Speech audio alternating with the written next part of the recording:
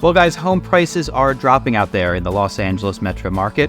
And while this week's report does have some mixed signals, there's a new trend developing that I need to point out. It's in a metric that I don't focus on very much because it remains rather static from week to week. But the last 3 weeks, we've seen a real trend that might be the biggest indication yet of where prices are headed this fall. Welcome to the Los Angeles Real Estate Roundup for August 19th, 2024. My name's Jon Schwartz. I'm a realtor in Los Angeles. I'm a little bit tired because I was up late last night working on Blueprint, which I'll be launching next week.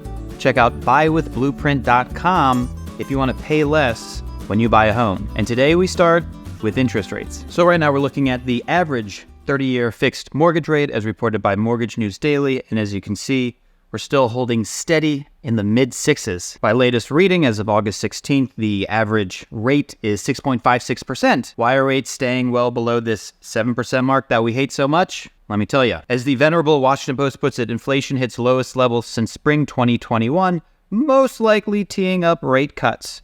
So this week we had CPI data. CPI came in at 2.9%. That's a good number. And while the Fed didn't cut the Fed rate in August, the overwhelming expectation is that they will cut the rate in September.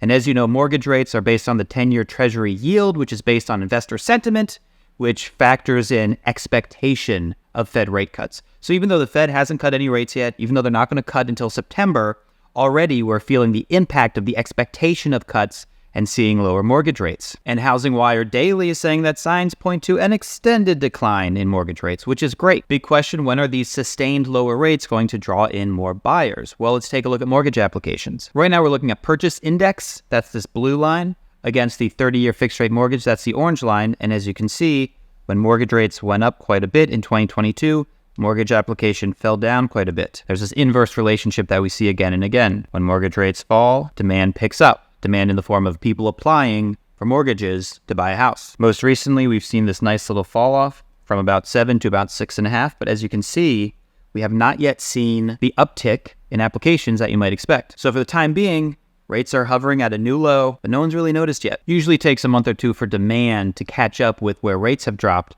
because it takes people a couple weeks to get their things in order and to actually go out and apply for the mortgage. All right, let's start talking about Los Angeles. So we have some mixed signals to share with you before we get to the big trend that I think should be dominating our thoughts this week. We start with new listings. The nice uptick we had last week has vanished. Last week we ticked up to 1,532 new listings, or 16.4% over last year. And we've fallen back down to 1,432 new listings, or 11.1% over last year. 2 weeks ago, we were at 11.5.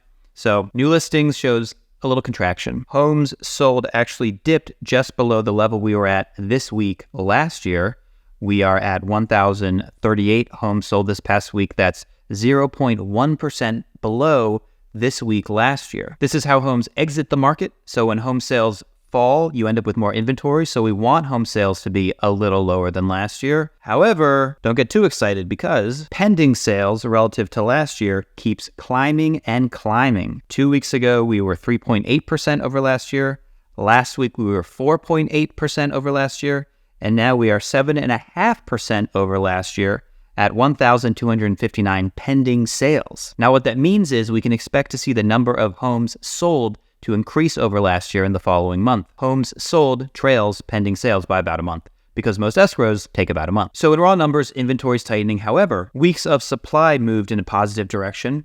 Last week, we were looking at 14.7 weeks of supply in the market.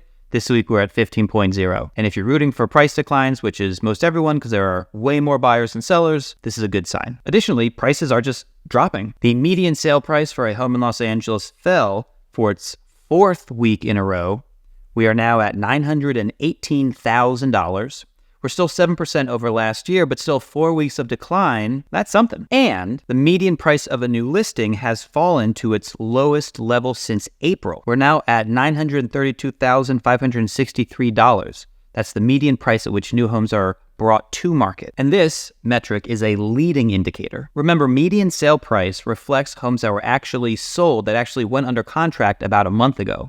Then an escrow process occurred, and now we're finding out what the median sale price of those homes is. Median price of a new listing is telling us what agents are bringing homes to market at right now. So the fact that the median price of a new listing is at its lowest level since April suggests that busyness of the summer season might be done, and we might be coasting into an easy fall. But let me show you the trend I noticed this week that I think speaks volumes. Right now, we're looking at average sale price to list price ratio. And before we dig into the numbers, let me just make sure we're all on the same page as to what this metric is. So average sale price to list price ratio is an equation like months of supply. It is simply sale price divided by list price. And when we're talking about list price here, we're talking about the final list price of a property. So if a property is listed for $1 million and then has price cuts down to $850, what will be considered as the list price for that property is $850. So obviously, if homes are selling above list price, let me just do the math for a second, then our sale price to list price ratio is going to be over 100%. Conversely, if homes are selling below their list price, then the sale price to list price ratio is going to be somewhere below 100%. Now, 92.9% is actually a pretty absurd sale to list price ratio in Los Angeles. You will never see this. Let's get back to the metrics to see what we actually see. So first to point out, right here, 1.00, that's another way of saying 100%. So this line right across here is the 100% mark. When we're above it, it means homes are selling on average for more than they're being listed for.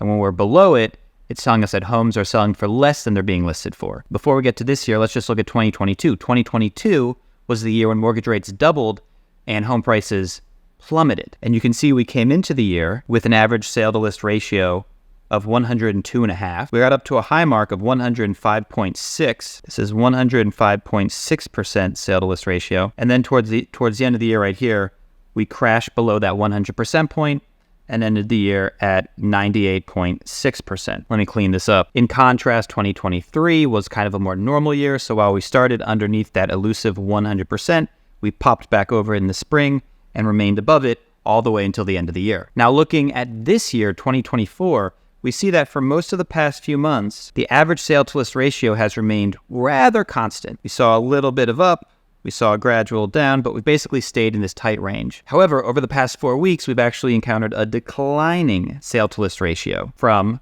101.3% to 101.2% to 100.9% to that rounds up to 100.8%. Now, keep in mind, the 100% line is right here. Do you think we're going to keep heading in that direction and fall under a 100% sale to list ratio? Getting below the 100% sale to list ratio might be asking a lot of the Los Angeles market, but clearly there's been a trend over the past month that buyers are no longer wanting to pay as much for the homes they're buying. Want to keep track of what's happening? Subscribe and hit the bell icon to follow all the twists and turns of the Los Angeles real estate market.